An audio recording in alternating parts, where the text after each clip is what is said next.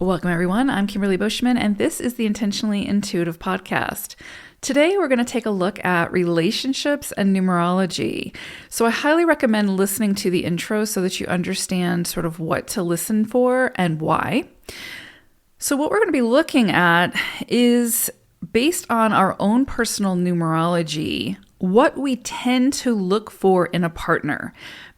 Now, this can be for a romantic partner. This can be for friendships, who we surround ourselves with. But this is not about compatibility, okay? Compatibility, when we look at compatibility in numerology, that's very different than what we're looking at today. In compatibility, we're looking at the numerology of each individual and how they sort of interplay, how those energies interplay, and how to open the lines of communication and how to work with one another, and where there might need to be some extra effort put into that connection to make it work, right? Based on, again, the vibrations of the numbers. But in compatibility, we look at the numerology of each individual. And I do actually offer in-depth compatibility reports and readings on my website. So if you're interested in that, just book some time with me. My information is in the description box below. But today, we're actually going to be looking at our own unique numerology and what that says about sort of who we attract, what we look for in another partner or another person, right? Again, it can be any kind of relationship. Now, one thing that I will say is this energy that we look for is based on our life path number and our birthday number. And I've got the calculations down below in the description box for how to calculate for both your life path number and your birthday number. And I recommend listening for both because both interplay and play a part in, again, who we or what we look for as far as characteristics in another person, in another relationship. Now, this is what we subconsciously and consciously look for in a partner based on our own personal numerology. So what I mean by that is, obviously, when we're consciously aware of what we're looking for, it makes sense, right? There's active traits that we are seeking out in another person. But when we subconsciously do that, that's more the soul saying, this is a connection, or these are experiences that we need to have to learn something from this individual, to learn something from this soul contract. And so we can subconsciously seek out sort of the lower vibrations of the energy to teach us something. And so in this reading today, I'm going to talk about the higher and the lower vibrations of the numbers in a way that will sort of explain what we can learn from both sides of it, right? The higher expression is what we want to sort of incorporate into our own journey, right? Because again, this is the life path number and the birthday number. But for the life path number, we often will seek out an individual who has those traits or those characteristics to teach us how to step into that energy. Because remember, the life path number is what we want to step into in this lifetime. And the lower vibrations of those numbers holds wisdom, right? It has something for us to learn and to overcome and to see, what we don't want to be or what we don't want to attract, right? It's what helps us to really see through another perspective the lower vibration of, let's say, the life path number, so that we can recognize it within ourselves. So essentially, the other person becomes a mirror for us to see what it is, to see what that vibration looks like in the lower octave as well as the higher octave. I want to reiterate that it's not necessarily that the other person has this number as their life path or another prominent placement. So let's say that your life path number is 4. You might be seeking out, consciously or subconsciously, the vibration of the 4 in other people that you meet. But that doesn't mean that they have those numbers in their placements, right? In their report. So again, this is not compatibility. This is strictly based on your own numerology. What I will say about why we look at the life path and the birthday number. So again, the life path number, and again, I recommend listening for both. The life path number is, again, what we are seeking out in another person to sort of teach us how to step into that vibration. So typically we would be looking for someone that has sort of mastered those characteristics, right? Those traits. And that can help us to step into that vibration, right? With the birthday number, this actually reminds us of who we are at our core, because the birthday number shows us what we've mastered in a past lifetime. It's the gifts that we already have innately that we brought forward in this lifetime. So when we seek out someone who has that vibration or has those characteristics, it reminds us of what we already have and can tap into. And so it sort of pushes us in that direction so that we can tap into those gifts, utilize them to help us to step into the life path number. And if we encounter someone who has the characteristics and traits of our birthday number and they're in the lower octave, it can remind us of how we don't want to use that energy in this lifetime, right? Again, essentially becoming a mirror and reminding us of, again, that we want to be in the higher octave of that energy. So there's a lot to kind of take in. So again, if you have any questions, just let me know and I'll be happy to address them as I can in the comment section. But let's take a look at each life path and birthday number and the traits that can hold for a potential partner, friend, colleague, etc., any relationship. All right, let's take a look. Life path or birthday number 1. So you could be seeking out in another relationship someone who has the characteristics of the 1. So first, let's talk about the lower expression of this energy. So this, of course, the 1, of course, is a leadership type of energy. It's a very take charge, assertive, kind of go after what you want, self-assured, very much about self-identity, etc. So when it's in its lower vibration, it's can be a very self-centered energy where it takes up a lot of energetic space and requires sort of everything to be about that person with little to no room for their partner. So again, we're going to look at the lower vibration first. So it's possible that you might have in the past or currently have seeked out someone with these lower vibrations so that you can overcome them, break free from them, and sort of evolve in your own way.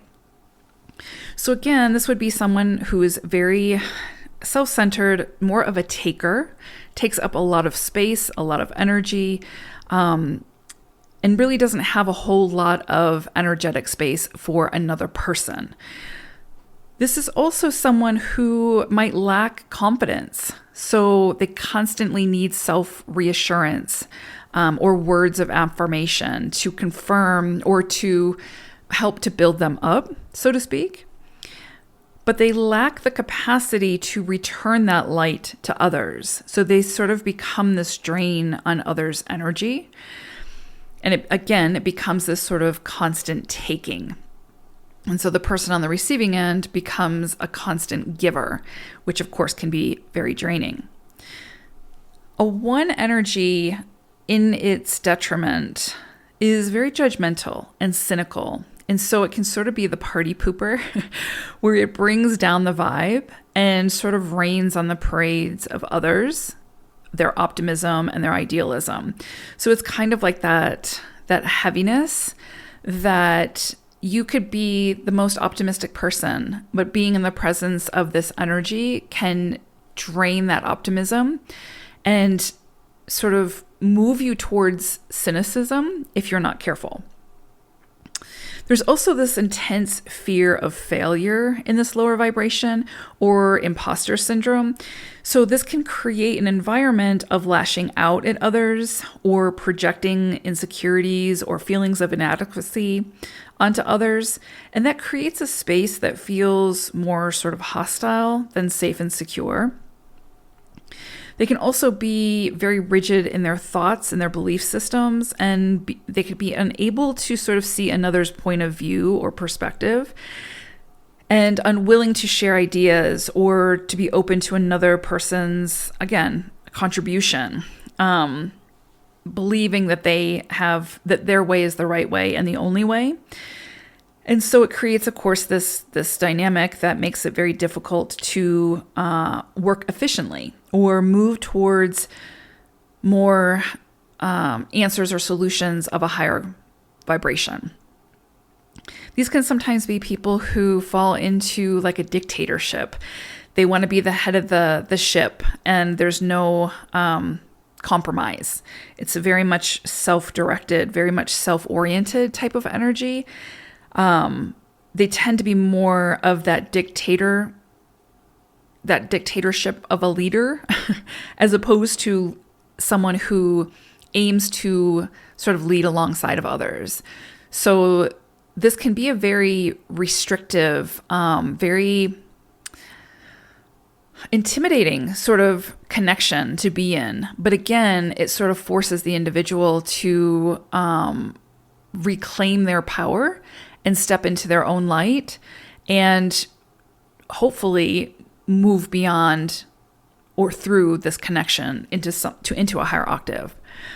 Now, if we're looking at the higher octave of the one energy, this is that person who is the leader that everybody wants to work with because they lead alongside of others. They have great solutions and great ideas, and they really want to promote that cohesiveness and working together and sharing ideas and sharing creativity for the most effective and efficient way of doing something.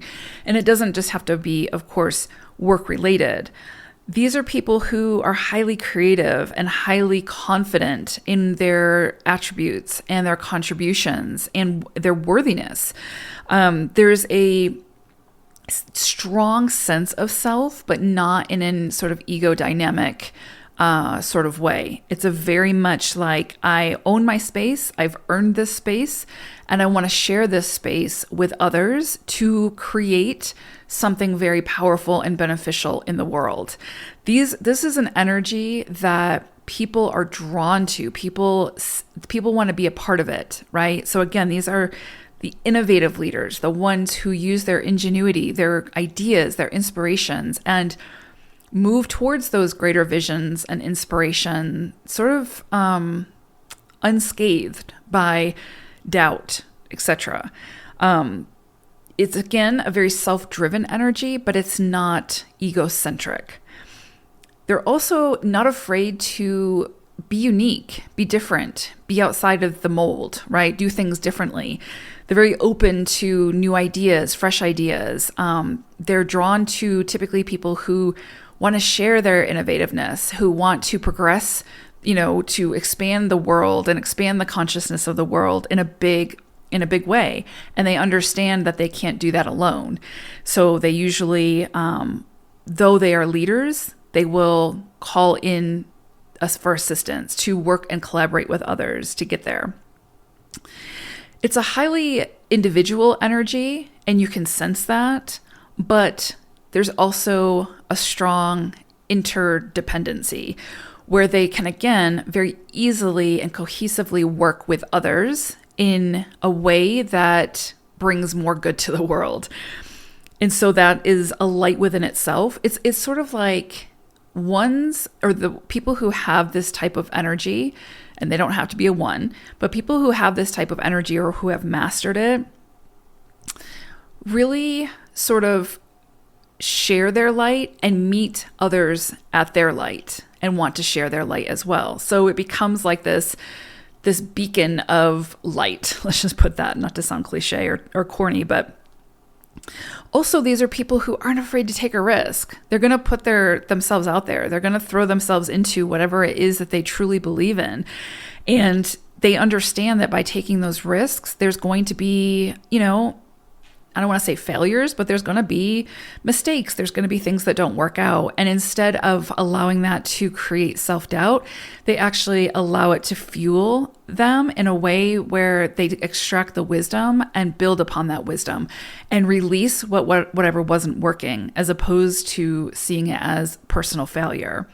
So it takes a tremendous amount of courage, but these are people who have that courage and can do so in a non-egocentric, arrogant way, right? Because it's not about domination. It's about working together with a great leader. And these people have usually got that down. These are people who are great problem solvers, right? They're very solution focused. They want to find the resource, the solution that maybe hasn't been found before. And they want to bring that into the world to create a better world. And you can sense that about their demeanor, about their mannerisms, and their contributions in the world. Essentially, these are people who think ahead of their time and want to bring people in who can buy into that and help them to create this better world. So, of course, you can feel the difference in the vibration between the higher and the lower octaves of this energy, right? So if you're a life path 1, you're going to likely seek out people who have mastered this 1 energy in some way, or they have these strong attributes, so that you can sort of gain greater direction and see sort of like a mirror, but also have sort of an energetic mentor of what the higher octave of this energy looks like and what it is that your soul is helping you to step into in this lifetime. And again, this can be through any relationship. And if you're listening for your birthday number, then you already have been through the lower octave and achieved the higher octave of this energy in a past life, and you've brought that forward in this lifetime. So you may attract people or seek out people who are in that higher octave to remind you of what you brought forward and what you're meant to tap into in this lifetime to help you to step into your personal life path number.